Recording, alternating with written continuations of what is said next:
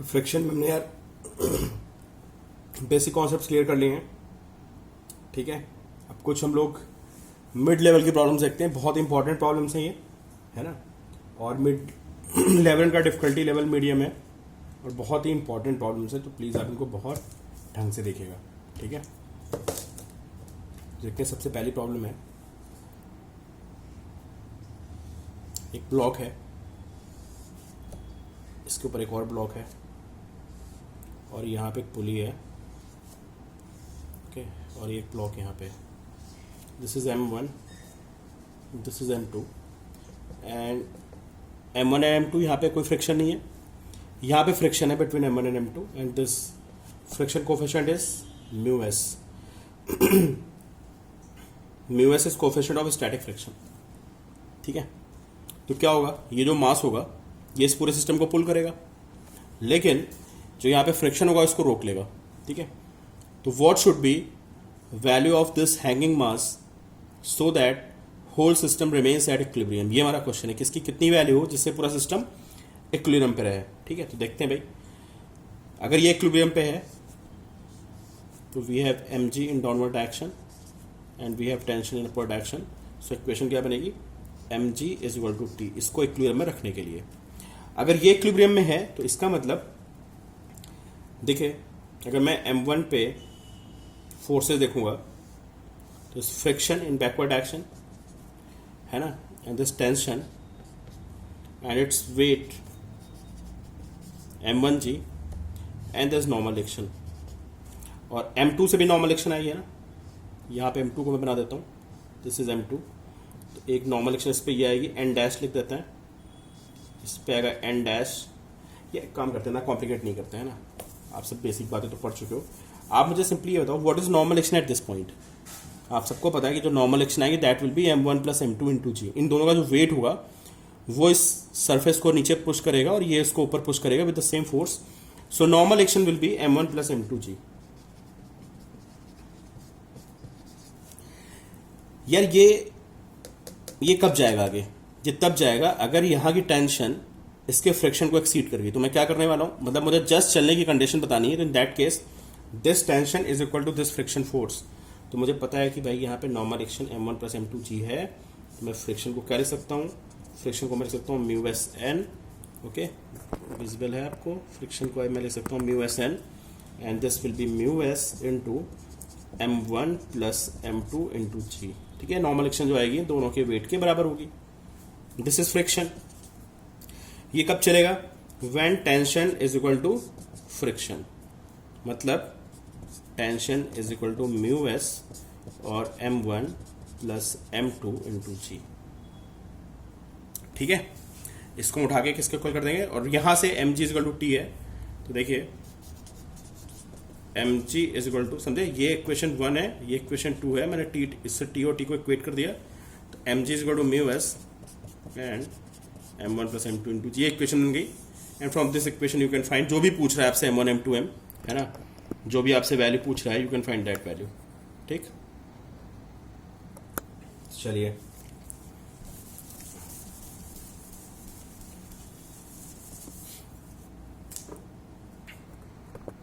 ये एक बहुत इंपॉर्टेंट क्वेश्चन था। एंड एक चेन वाला प्रॉब्लम होती है यार, ये प्रॉब्लम, ये भी बड़ी अच्छी प्रॉब्लम है, चेन प्रॉब्लम। ये मेरे पास एक चेन रखी है, ठीक है, on a table and some part of this chain is hanging ऐसे, ठीक है। Friction coefficient is mu S. देखो मैं आपको एक बात और बता दूं, अगर किसी क्वेश्चन में सिर्फ फ्रिक्शन कोफिशिएंट लिखा होता है एंड म्यू एस या म्यू के आपको नहीं बताता है, तो उसी को आप म्यू एस एज्यूम कर लेते हो और उसी को यू कैन एज्यूम म्यू के। तो आपको पता है म्यू एस म्यू के में डिफरेंस बहुत कम होता है, ठीक है। तो चेन रखी है, हालांकि मैंने अभी आपको दे रखा है कि फ्रिक्शन कोफिशिएंट इज म्यू, ठीक है। अगर मैंने सिर्फ म्यू बोला है तो आप इसी को क्या लेंगे, स्टैटिक लेंगे, इसी को काइनेटिक लेंगे, ठीक है। आपको चेंज नहीं करना है, ठीक है। Mass of chain is m,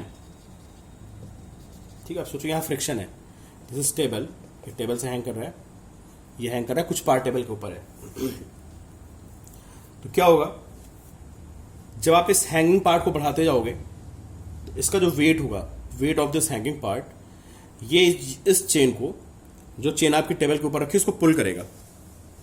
ठीक है, तो अब आपको ये पता करना है कि what fraction of this length, मतलब इस लेंथ का कितना पोर्शन मैं यहाँ पे हैंग कर सकता हूँ so that this chain start sliding. ठीक है, ये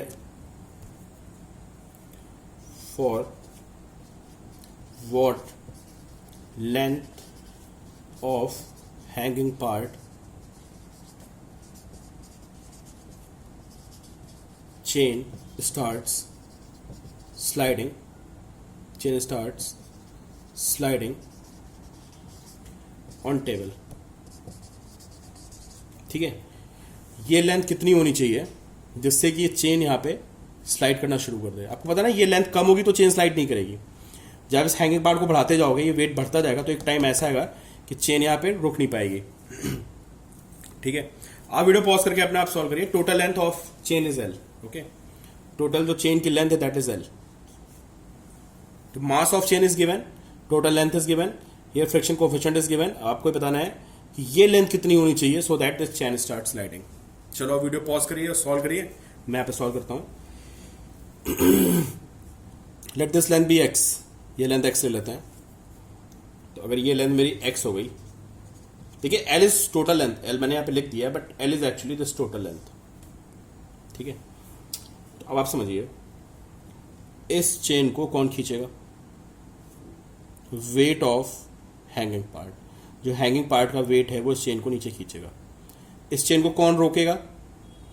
इस चेन को कौन रोकेगा? यहाँ पे जो यहाँ पे फ्रिक्शन आ रहा है, ये फ्रिक्शन इस चेन को रोकेगा। दिस फ्रिक्शन एफ एस, यहाँ पे फ्रिक्शन आ रहा है एफ एस, ये इस चेन को रोकने की कोशिश करेगा। अगर ये हैंगिंग पार्ट का वेट इस फ्रिक्शन के जस्ट इक्वल हो गया तो चेन चलने की कंडीशन में आ जाएगी, बस खत्म। तो मुझे इसका मास निकालना है। What is mass per unit length? m by l। This length is x, so mass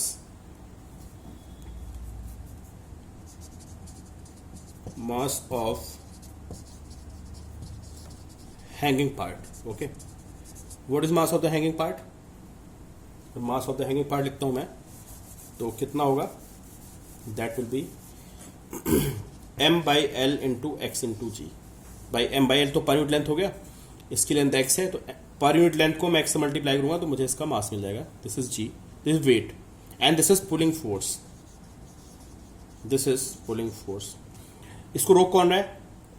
friction. तो how to calculate friction? Friction is equal to mu S into N. और जो नॉर्मल एक्शन आएगी वो किसकी वजह से आएगी? This part which is on the table, उसका वेट कितना होगा? आपको पता है ना, जब कोई ऑब्जेक्ट नॉर्मली रखा होता है तो normal action is equal to weight of the object. Okay, so this is mu s, and how to find normal action? That is equal to weight of this chain, which will be m by l into l minus x into g। ठीक है, m by l is mass per unit length into this length is l minus x into g। इन दोनों को उठा के equal कर देते हैं। ठीक है, आप नोट्स में नोट कर लेना, M X G by L, यहाँ लिख देता हूँ, मैं दोनों को इक्वल करूँगा। तो m by l x g which is weight is equal to mu s and m by l l minus x g which is friction। ठीक है, m by l g cut जाएगा, x is equal to mu s l minus x। ठीक है, आप solve करेंगे तो x is mu s l upon 1 plus mu s, ये value आ जाएगी x की। ठीक है, आपसे फ्रैक्शन पूछता तो आप x बाई एल कर देते हैं ना। आपसे फ्रैक्शन पूछता व्हाट फ्रैक्शन ऑफ लेंथ, तो x by L is mu S by 1 plus mu S. बहुत बार एग्जाम्स पे डिफरेंट एग्जाम पूछा है क्वेश्चन, ये बहुत इंपॉर्टेंट क्वेश्चन है, चेन वाला क्वेश्चन। ठीक है, यानी कि ये कन्वेयर बेल्ट का बड़ा इंपॉर्टेंट क्वेश्चन होता है। ठीक है, कन्वेयर बेल्ट क्वेश्चन। ठीक है, सब एनसीईआरटी में मिलेंगे आपको, समझे कि बहुत हाई फाई क्वेश्चन नहीं, बेसिक से क्वेश्चन है। कन्वेयर बेल्ट है। ठीक ठीक है, ये इंडस्ट्री में यूज होती है कन्वेयर बेल्ट, सामान को इधर से उधर वो करने के लिए, है ना। और ये एक बेल्ट हो गई, ठीक है। यहाँ पे ऐसे व्हील्स लगे होते हैं, ठीक है, ऐसे जो व्हील्स होते हैं, ये व्हील्स घूमते हैं, है ना। जब व्हील्स घूमते हैं तो ये बेल्ट भी आगे घूमती है, जैसे व्हील्स ऐसे घूम रहे हैं, है ना, तो बेल्ट भी ऐसे जा रही होगी। और जिसको हमें गुड को कहीं वो करना होता है, ट्रांसपोर्ट करना, उसको हम यहाँ पे रख देते हैं और धीरे धीरे वो ट्रांसपोर्ट होकर यहाँ पहुँच जाता है, ऐसे उठा लेते हैं। कन्वेयर बेल्ट होती है, ठीक है, देख कन्वेयर बेल्ट है, ठीक है। And this belt is moving the velocity v, ठीक है। एंड मैंने यहाँ पे एक ब्लॉक को डाल दिया, ऐसे रख दिया, धीरे से छोड़ दिया, ठीक है। तो क्या आपको लगता है कि ये जो ब्लॉक है ये बेल्ट के साथ चलेगा? पहले ये सोचो आप, जैसे मैं ब्लॉक को रखूंगा तो क्या बेल्ट के साथ चल देगा? नहीं चलेगा, ये पता है, थोड़ी स्लिपिंग होगी। बेल्ट बहुत तेजी से जा रही है ना, belt is moving very fast. जब ब्लॉक को रखोगे आप तो ब्लॉक क्या होगा, थोड़ा स्लाइड करेगा and then it will start moving with the belt, मतलब बेल्ट के ऊपर फिर उसके साथ चलने लगेगा, ठीक है। तो हमें क्या पता करना है, calculate time after which slipping stops. आप मेरी बात समझ रहे हो कि अगर बहुत तेजी से बेल्ट जा रही है और मैं इस पे लाके ब्लॉक को रखूंगा, है ना, तो ब्लॉक तुरंत नहीं चलेगा भाई, पहले बेल्ट बहुत तेज जा रही है, बेल्ट आगे निकल जाएगी और इस पर थोड़ा स्लाइड मारेगा ये, ठीक है। एंड देन थोड़ी देर के बाद ये चलना शुरू करेगा, ठीक है। क्या time after which slipping stops, तो देखिए क्या होगा, जब आप इसको रखेंगे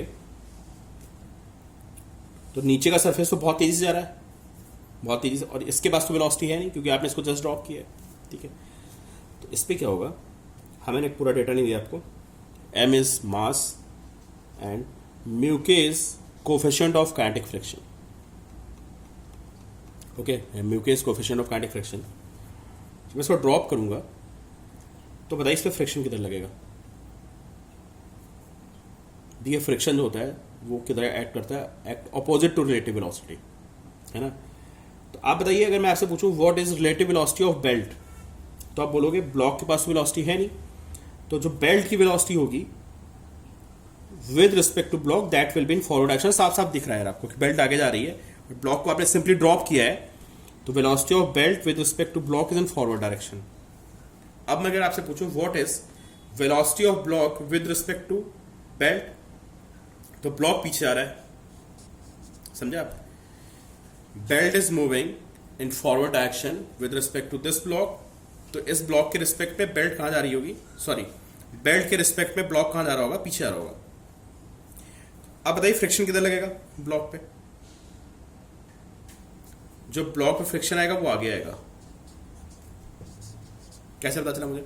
मैंने आपको बता रखा है कि friction acts opposite to the direction of relative velocity. So relative velocity of this block is in backward direction, so friction will be in forward direction, ठीक है। तो ब्लॉक पे फ्रिक्शन आगे की तरफ आएगा। अरे ऐसे सोचो ना यार, ब्लॉक उसके साथ चलेगा, उसको कौन ले जाएगा? फ्रिक्शन तो ले जाएगा। Friction will be in forward direction. And what will be nature of this friction? This friction will B kinetic in nature, okay. Friction will be in forward direction and this friction will be kinetic in nature, so value of friction will be mu k n, where n is mg. This is friction, mu k n, mu k mg, okay. शायद थोड़ा सा आपको वो blind spot है, but मैं बोल रहा हूँ दिस इज म्यू के MG, friction in forward direction, and because of this friction this block is accelerated, तो इस पर एक एक्सेलेशन आएगा, that is force upon mass. तो यहाँ पे फ्रिक्शन उसको आगे ले जा रहा है, F K upon M, which is mu K G, this is acceleration, ठीक है।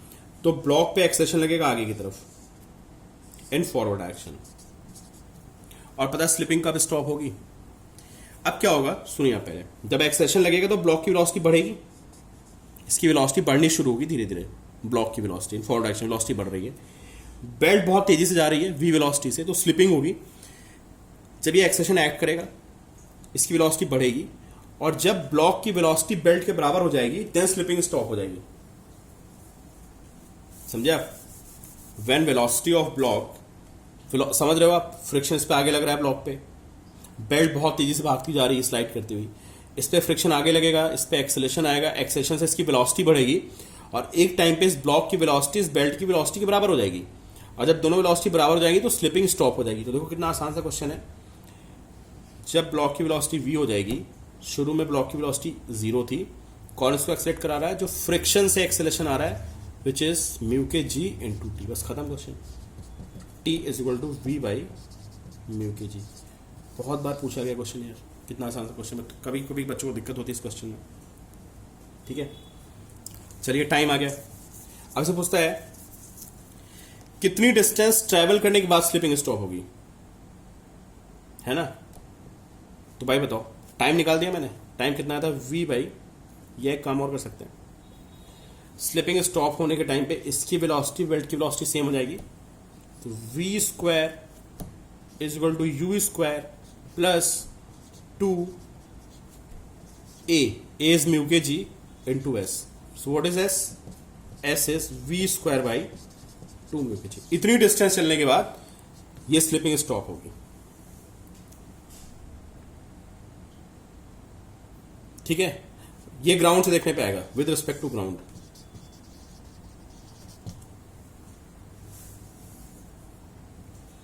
ठीक है, अगर मैं आपसे यही पूछ लूं कि बेल्ट के रिस्पेक्ट में कितनी डिस्टेंस ट्रेवल करने के बाद स्लिपिंग स्टॉप होगी,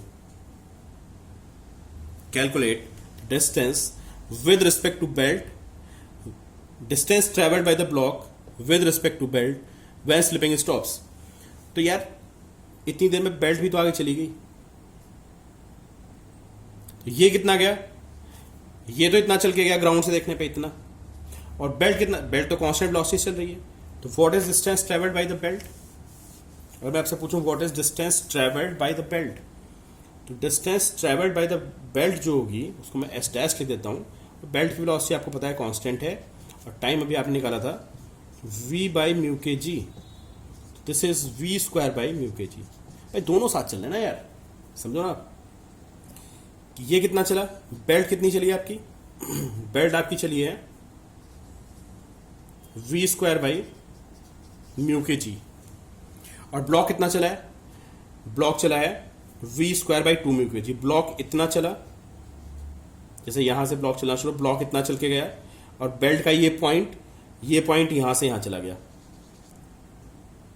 अब बात समझ रहे हो कि शुरू में ब्लॉक यहां पे था, ये ब्लॉक है, ये बेल्ट का वो पॉइंट है जहां पे दोनों कांटेक्ट में थे। ब्लॉक इतना चला v square by 2 mu K ji, belt का पॉइंट यहां से यहां चला गया which is v square by mu K जी। तो ये डिस्टेंस आएगी उसके रिस्पेक्ट में, तो इससे इसको माइनस कर देंगे।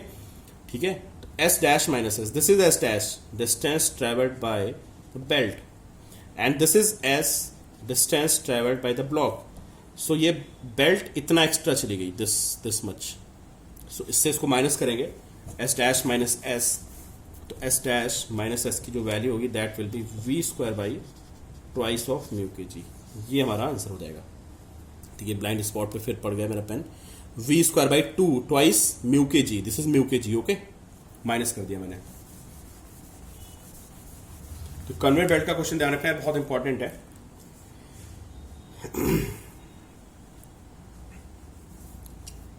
ठीक है, चलिए नेक्स्ट देखते हैं question. This is based on angle of repose. कल जो मैंने वीडियो भेजा था एंगल ऑफ रिपोज पे, बहुत बेसिक सा क्वेश्चन है, और बेसिकली क्वेश्चन जेई में आया हुआ है, जेई में, नीट में, बहुत सारे एग्जाम्स में। When you can find this question in school exams. ठीक है, देखिए कौन आंसर देता है। बहुत अच्छा क्वेश्चन है। ठीक है, आप थोड़ा वीडियो पॉज के सोचना। म्यू एस इज 0.8 या म्यू एस इज 0.8 इस, ठीक है, and this angle is 37 degree, and as a block, ये ब्लॉक है। ठीक है, और हमें क्या फाइंड करना है, we have to find acceleration of the block, acceleration of block. Okay, acceleration of block को फाइंड करना है, और हमें क्या फाइंड करना है, और we have to find friction force.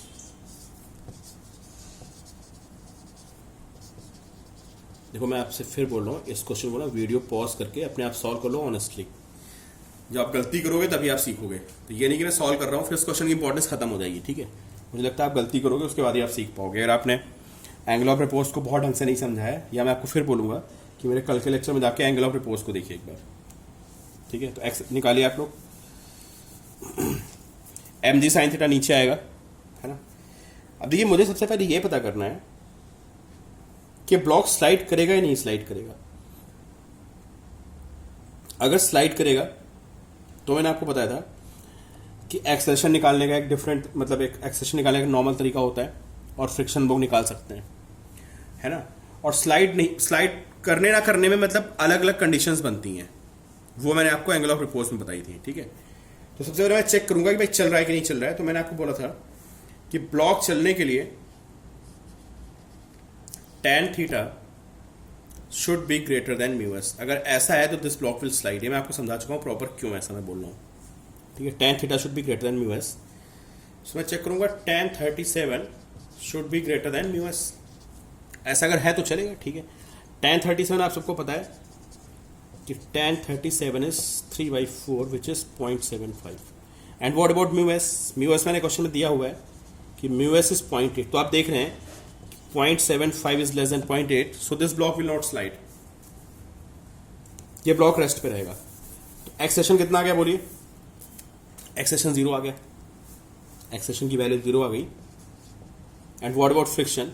आपको पता है जब ब्लॉक स्लाइड नहीं करता है, बहुत इंपॉर्टेंट बात मैं आपको बोल रहा हूँ, उस केस में क्या होता है, जो फ्रिक्शन फोर्स होता है, अगर आपको बात समझ में नहीं आ रही तो प्लीज जाके एंगल ऑफ रिपोज की वीडियो को दोबारा देखिए।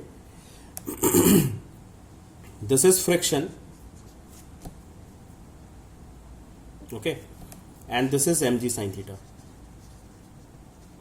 और जब ब्लॉक स्लाइड नहीं करेगा तो friction will be static in nature, friction will be static in nature and that will be equal to pulling force. समझे? पता है ना आपको ये बात? Friction is equal to mg sin theta. और बहुत से बच्चे यहाँ पे क्या करेंगे, वो फ्रिक्शन को बोल देंगे कि friction is mu S mg cos theta. मैंने आपको बताया था ना कि नॉर्मल रिएक्शन होती है mg cos थीटा, भाई इंक्लाइन पे क्या होता है, इंक्लाइन पे ये कितना आता है, मैं यहाँ बना देता हूँ, this is normal reaction, this is mg cos theta. बहुत से बच्चे यहाँ पे गलती करते हैं, बहुत से बच्चे यहाँ पे क्या गलती करते हैं, they write it mu S mg cos theta, mu S mg cos theta, ये गलती हो जाती है। ये तो लिमिटिंग फ्रिक्शन है यार। तो हमने चेक कर लिया ना, बात समझो, मैंने चेक कर लिया है this block is not sliding. तो block is not sliding, friction will be static in nature. और स्टैटिक फ्रिक्शन मैं आपको कितनी बार बता चुका हूं कि स्टैटिक फ्रिक्शन किसके इक्वल होता है, that is equal to applied force. Applied force क्या है यहाँ पे? अप्लाइड फोर्स मतलब चलाने वाला फोर्स। तो कौन चलाने वाला फोर्स? mg sin theta. तो mg sin थीटा ही फ्रिक्शन के इक्वल हो जाएगा, ठीक है। लिमिटिंग फ्रिक्शन तो तब आता है जब आप उसकी बिल्कुल लिमिट को एक्सटेंड कर देते हो, okay. So friction in this case will be mg sin theta, okay. So आपका आंसर बैठेगा mg sin 37, sin 37 इज 3/5, तो 3/5 mg, this will B friction force. आप गलती से mu S mg cos theta नहीं करेंगे, समझे? Mu S mg cos theta कब करते हैं? जब वो जस्ट स्लाइड करने की कंडीशन में होता है। बट मैंने पहले चेक कर लिया कि tan theta is less than mu S, तो स्लाइड नहीं करेगा। मैं आपको बता दूं यार, शायद आपको समझ में ना आ रहा हो, मैंने आपको बताया था, जल्दी से देखिए कि ये mg sin थीटा होता है, ठीक है, ये नॉर्मल एक्शन होती है, ये mg cos थीटा होता है, ये लिमिटिंग फ्रिक्शन का फॉर्मूला होता है, लिमिटिंग फ्रिक्शन का फॉर्मूला होता है mu S N. This is limiting friction मतलब maximum available friction, and this is your pulling force mg sin theta. तो अगर mg sin थीटा की वैल्यू बिल्कुल लिमिटिंग के बराबर हो गई तो ये चलने की कंडीशन में आ जाएगा। Mu S mg sin theta is mu S mg cos theta. यहां से आपको पता चलेगा tan theta is mu S. यार बहुत इंपॉर्टेंट क्वेश्चन था एंगल ऑफ रिपोज का और बहुत बार पूछा गया, तो प्लीज इसको बहुत ध्यान से देखिए आप लोग, ठीक है।